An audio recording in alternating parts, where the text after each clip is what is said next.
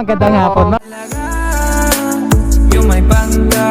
Okay lang magtanong, ma'am. Kanina pa ako paikot-ikot. Di-deliver kasi ako tapos naliligaw ako. Kasi pag ibigyan ko na ito, out of coverage eh. Paano masabi? So, malaman yung papunta sa ano. Hindi, wow. Yung papunta sa...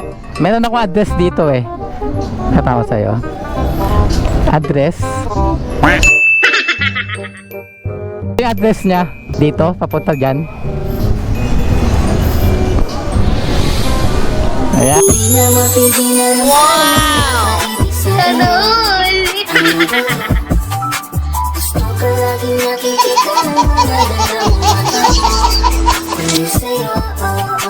Okay lang, payslip bill ka, ma'am. Okay lang.